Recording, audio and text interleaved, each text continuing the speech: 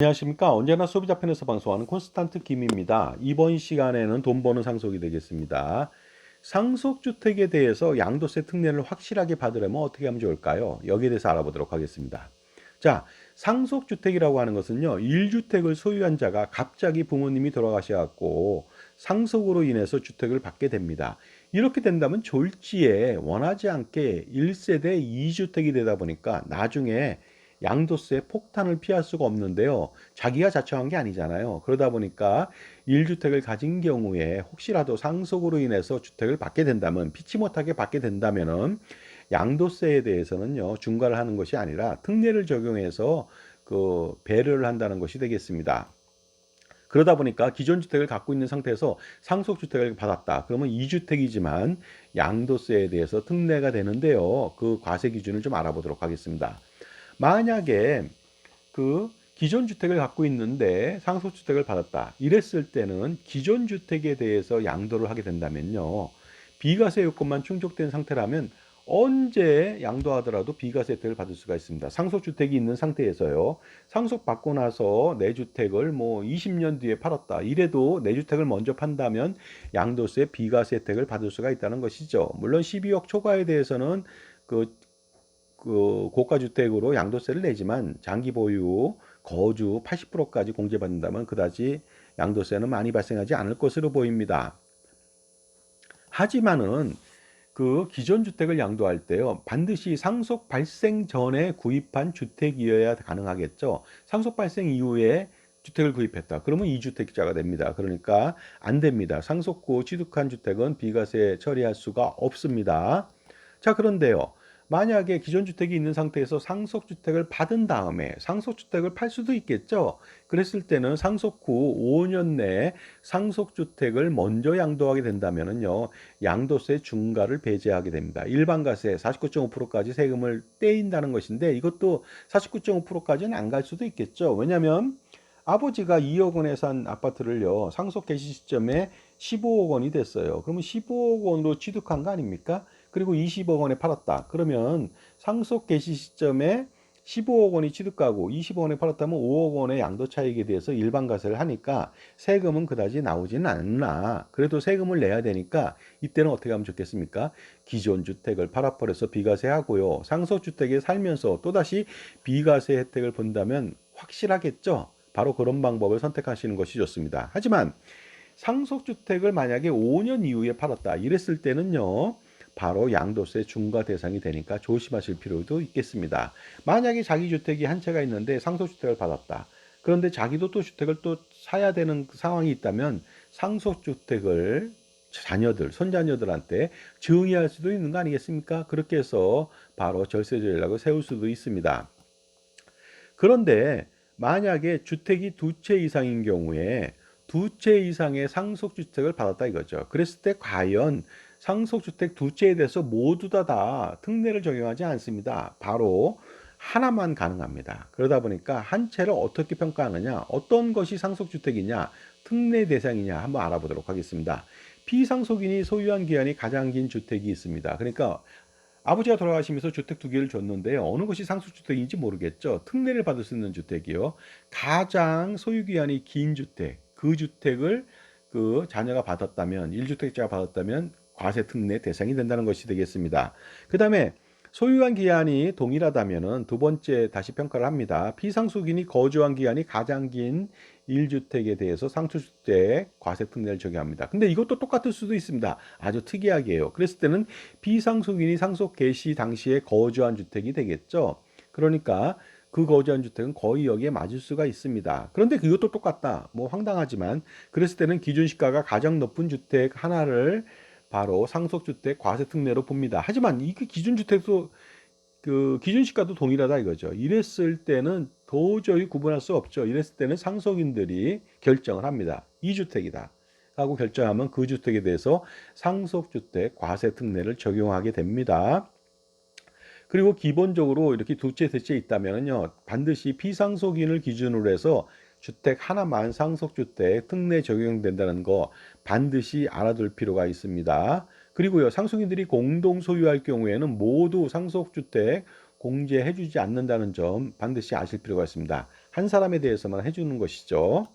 자, 공동소유시 알아보도록 하겠습니다. 공동상속인들이 상속주택을 취득한 경우에는 과연 누가 과세특례 혜택을 받는 대상자가 될까요? 그때는요, 지분을 가장 많이 받은 사람이 되겠죠. 근데 지분이 똑같다 이거죠. 그렇다면 상속주택에 거주하고 있는 사람이 바로 특례를 받을 수가 있습니다. 근데 같이 거주한다 이거죠. 그랬을 때는 최연장자인, 당연히 최연장자가 있을 수 있겠죠. 직계비속은. 그러다 보니까 그 사람이 상속주택 과세 특례를 받게 됩니다. 그리고 기타 소수 지분자는 주택수에는 포함되지 않습니다. 만약에 그 자녀가 3명이서 공동으로 받는데 장남만 과세 특례 받았다. 그러면 차남, 삼남은요. 소수 지분자로서 주택수에 포함되지 않으니까 여러 가지 혜택이 있습니다. 자, 그렇다면 절세 전략은 무엇인지 알아보도록 하겠습니다.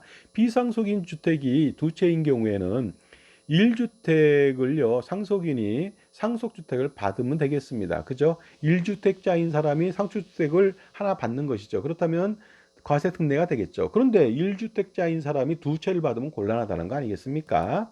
그리고 나머지 한 주택은 무주택 혹시라도 상속인이 있다면 그 사람이 각각 나누어서 받으면 아주 효과적이 되겠습니다. 그러니까 이렇게 받는다면 피상속인이 돌아가시면서 두 주택을 주는데 한 사람은 상속주택 과세 특례를 주고 한 사람은 그냥 무주택자한테 줬으니까 당연히 이 사람은 거기 들어가서 산다면 비과세 혜택이 모두 가능하죠. 그렇다면 자녀 모두가 다 비과세가 가능할 것으로 보입니다. 자, 그리고요. 자녀 2명 중에서 동일 세대원과 별도 세대원이 모두 그 1주택을 소유한 경우에는 당연히 동일 세대원한테 상속주택을 주면 특례가 적용되지 않습니다. 같이 살았는데 같이 살았기 때문에 혜택을 주지 않는다는 것이 되겠습니다. 그때는 1세대 2주택이 됩니다. 그러다 보니까 별도 세대원인 자녀가 상속주택을 받아야만 특례가 가능하다는 점 반드시 아실 필요가 있습니다. 자, 그런데요. 비상속인의 시골주택과 서울주택이 있다고 가정해 보도록 하겠습니다. 이때는 시골주택을 가장 오랫동안 소유했다면 문제가 되지 않습니까? 싸구려거든요. 시골주택이 상대적으로. 그러다 보니까 그랬을 때는 상속 개시 전에 시골주택을 처분하는 것이 가장 중요하지 않을까 생각합니다. 아니면은 다른 자식한테 사전 증여해도 좋겠죠. 자, 상속주택을 적용할 때는요, 기본적으로 법정 상속인만 적용이 가능합니다. 그러니까 법정 상속인 아닌 사람이 상속주택을 받았다. 그러면 특례 적용이 되지 않는다는 것이 되겠습니다. 그러니까 며느리 사위한테, 손자녀한테 유증을 했다. 상속주택을. 그러면 주택은 받을 수 있으나 그 상속주택 과세 특례는 적용되지 않으니까 조심하실 필요가 있습니다. 지금까지 제 정보가 도움이 되신다면 무료 구독하고 좋아요 부탁드리고요. 멤버십 회원가입을 통해서 보다 다양한 혜택 받아보시기 바랍니다. 그 다음에 콘스탄트 김의 증여세, 상속세, 절세 자습서가 2부로 판매 중이거든요. 8,500원 합니다. 당연히 엄청나게 싼 돈 투자하셔서 85억, 850억 이상의 절세 효과를 노려보시기 바랍니다. 자, 그 다음에요. 일반 주택 기준을 좀 알아보도록 하겠습니다. 무주택자가 상속주택을 받고 나서 일반 주택을 매입한 경우에는 상속주택 과세 특례에 불과하다고 말씀을 드렸습니다. 그리고요, 상속 개시일로부터 2년 내 증여받은 주택이나 조합원 입주권, 분양권에 따른 신축 주택은 당연히 특례에서 제외된다는 점 아실 필요가 있습니다.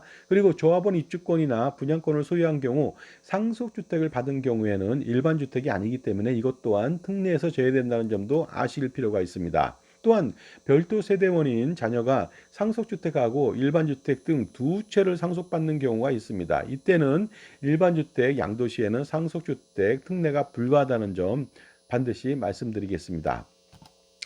자, 그러다 보니까요. 1세대가 돌아가신 피상속인 부모님이 엄청나게 많은 주택을 가지고 있다. 자주택을 가지고 있을 때는요, 양도세, 절세 방안을 좀 강구할 필요가 있습니다. 물론 상속증여도 당연히 절세할 수 있으면 좋겠죠. 그러다 보니까 기본적으로 절세하는 것도 중요하지만 또다시 비과세하는 건 더욱더 좋겠죠. 그러니까 좀 더 진일보되게 절세 플러스 나아가서는 더 비과세도 할 수 있는 방법들, 그러니까 효과적인 사전증여 스킬을 발휘한다면 비과세까지도 가능하니까 여러분들 주택이 두 채, 세 채 있다 그러면요, 반드시 적격 컨설팅을 받아서 효과적인 절세 전략으로 대응해 보시기 바랍니다. 자산가라면 엄청난 고민이 많은데 단 한 방에 해결할 수 있습니다. 콘스탄트 김의 NGP 플랜이죠.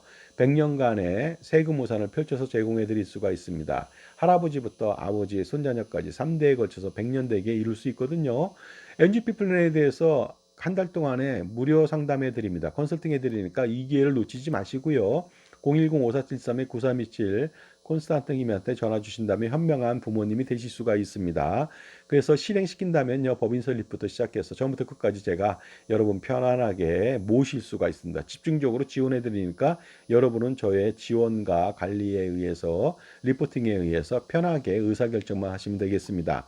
100년 동안에 정말로 향후에 그 어떤 극악무도한 정권이 들어서서 가렴지구를 지금보다 더 횡행하더라도요.